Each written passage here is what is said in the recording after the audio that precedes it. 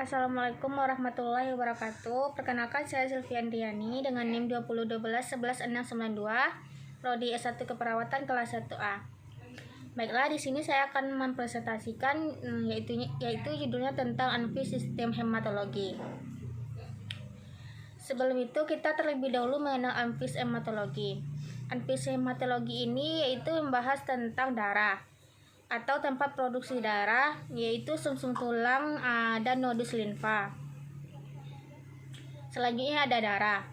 Darah ini merupakan cairan yang terdapat dalam pembuluh darah sebagai medium transport tubuh.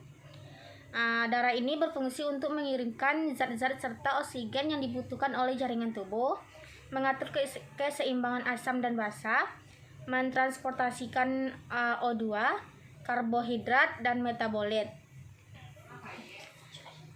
Komponen utama dari darah ini yaitu ada dua komponen. Yang pertama ada plasma darah, yang selanjutnya ada sel-sel darah.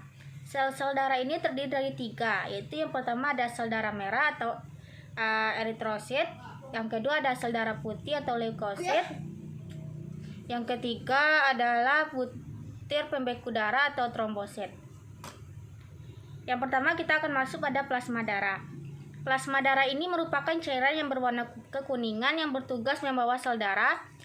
Dan plasma darah ini yaitu bagian terbesar dari darah, yaitu 50% dari seluruh volume darah. Plasma darah terdiri dari 92% air, sementara 8%-nya yaitu terdiri dari bahan-bahan penting seperti protein, glukosa, hemoglobin, dan juga elektrolit. Plasma ini berfungsi untuk membantu mengisi pembuluh darah yang membuat darah dan nutrisi lainnya terus mengalir melalui jantung.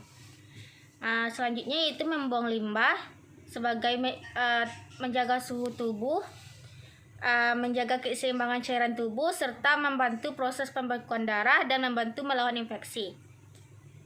Selanjutnya yaitu ada struktur plasma darah, yaitu ada albumin, globulin, dan fibrinogen. Albumin ini berfungsi untuk menjaga tekanan darah. Globulin berfungsi untuk melawan bibit penyakit. Sedangkan fibrinogen berfungsi untuk pembekuan darah.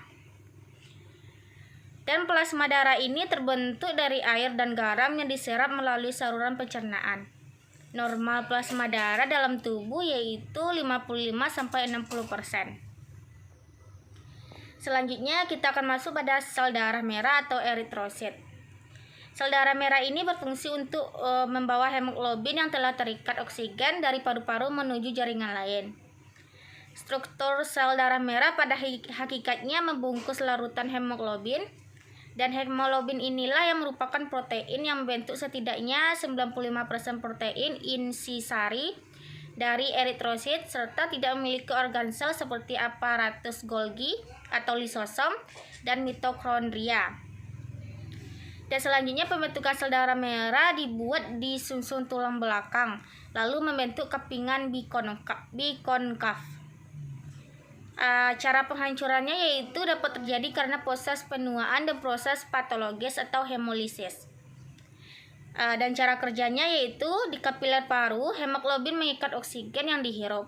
Kemudian eritrosit kaya oksigen ini berjalan melalui arteri sampai mencapai kapiler jaringan.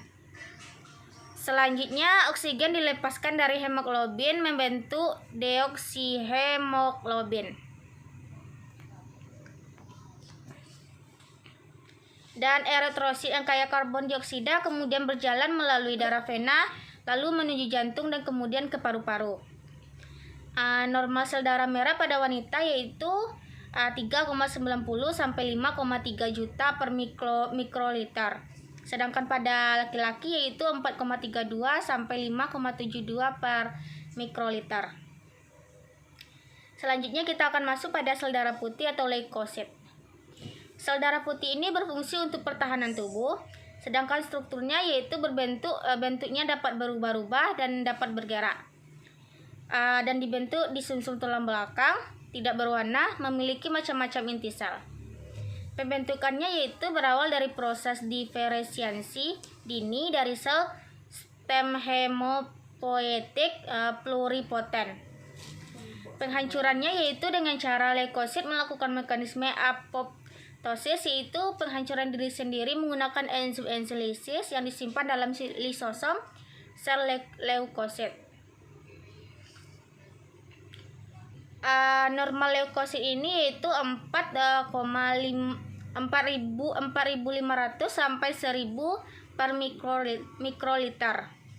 Jenis leukosit ini ada neutrofil, eosinofil, basofil, limfosit, serta monosit.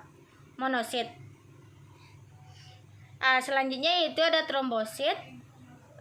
Trombosit ini berfungsi untuk pembentukan backbone darah. Strukturnya yaitu yang berbentuk cakram bulat, oval, bikonveks, tidak berinti, dan hidup sekitar 10 hari.